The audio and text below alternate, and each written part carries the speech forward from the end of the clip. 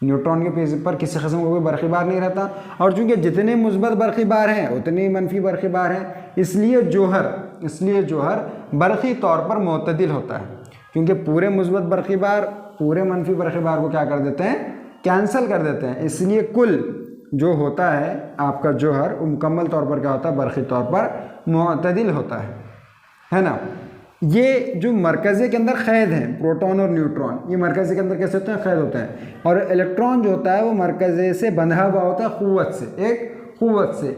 लेकिन अगर इलेक्ट्रॉन को बाहर से कोई क़ुव्वत मिले तो अपना नाता इनसे तोड़ लेता है, अपना नाता मरकज़े से तोड़ लेता है और आज़ाद हो जाता है, इस बंधन से, इस गर्दिश से, इस मदार से आज़ाद हो जाता है ना। जैसे हरारती तवानाई मिल गई उसको क्या मिल रही है, हरारती तवानाई मिल रही है, तो वो क्या करता है, अपने बंधन को तोड़ देता है और बंधन तोड़ के आज़ाद हो जाता है।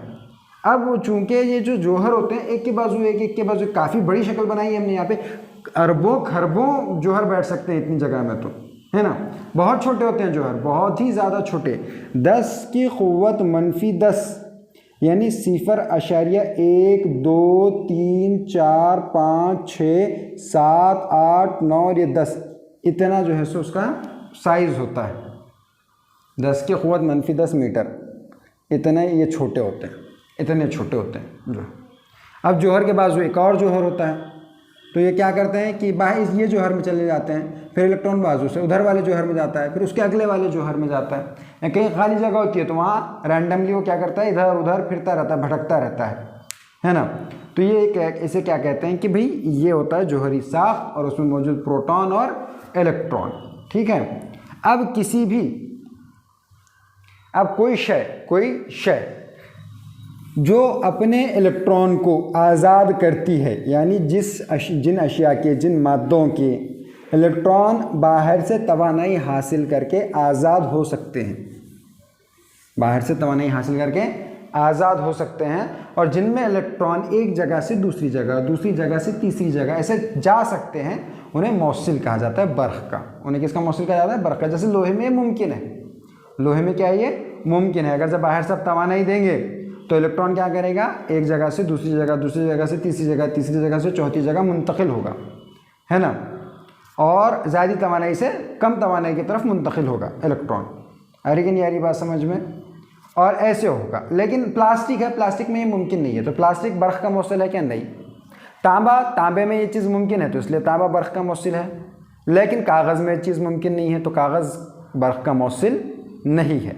इसी तरीके से आप देखेंगे कि जो भी धातें हैं वो सारी की सारी बर्क़ की मौसिल हैं, लेकिन जो धातें हैं, कागज़ है, कपड़ा है और लकड़ी है, ये सारी चीज़ें हैं, प्लास्टिक है, ये सारी चीज़ें बर्क़ की मौसिल नहीं हैं। जिन चीज़ों में से बरक़ी रौ गुज़र सकती है, इलेक्ट्रॉन का बहना ही बरक़ी रौ कहलाता है।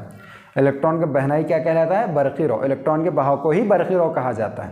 इलेक्ट्रॉन का एक जगह से दूसरी जगह, जैसे एक जौहर का इलेक्ट्रॉन, ऐसे कई जौहर के कई इलेक्ट्रॉन होंगे, वो एक सिरे से दूसरे सिरे की जानिब बहेंगे, है ना। उनके बहाव को, इलेक्ट्रॉन के बहाव को क्या कहा जाता है, बरक़ी रौ कहा जाता है। तो इलेक्ट्रॉन दरअसल क्या होता है, एक मनफी बरक़ी बार होता है। क्या होता है, मनफी बरक़ी बार। तो बरक़ी बार बटा हुआ वक्त, बरक़ी बार बटा हुआ वक्त, बरक़ी बार बटा हुआ वक्त मसावी है बरक़ी रौ। बरक़ी रौ को आई से ज़ाहिर किया जाता है, किससे, आई से। बरक़ी बार को क्यू से ज़ाहिर किया जाता है और वक्त को टी से ज़ाहिर किया जाता है, ठीक है। तो ये ज़ाब्ता आपने याद रखना है, ये ज़ाब्ता आपने क्या करना है, ये ज़ाब्ता आपने हमेशा हमेशा याद रखना है कि बरक़ी रौ क्या होती है, बरक़ी रौ बरक़ी बार का बहाव होती है। दरअसल प्रोटॉन क़ैद होता है तो प्रोटॉन बह नहीं सकता, प्रोटॉन क़ैद है मरकज़े के अंदर तो वो बह सकता है, क्यों नहीं बह सकता, तो बह गए तो इलेक्ट्रॉन ही बहेगा। लेकिन आम तौर पर हम कहते हैं कि इलेक्ट्रॉन बह रहा है, हम कहते हैं कि बरक़ी बार बह रहा है।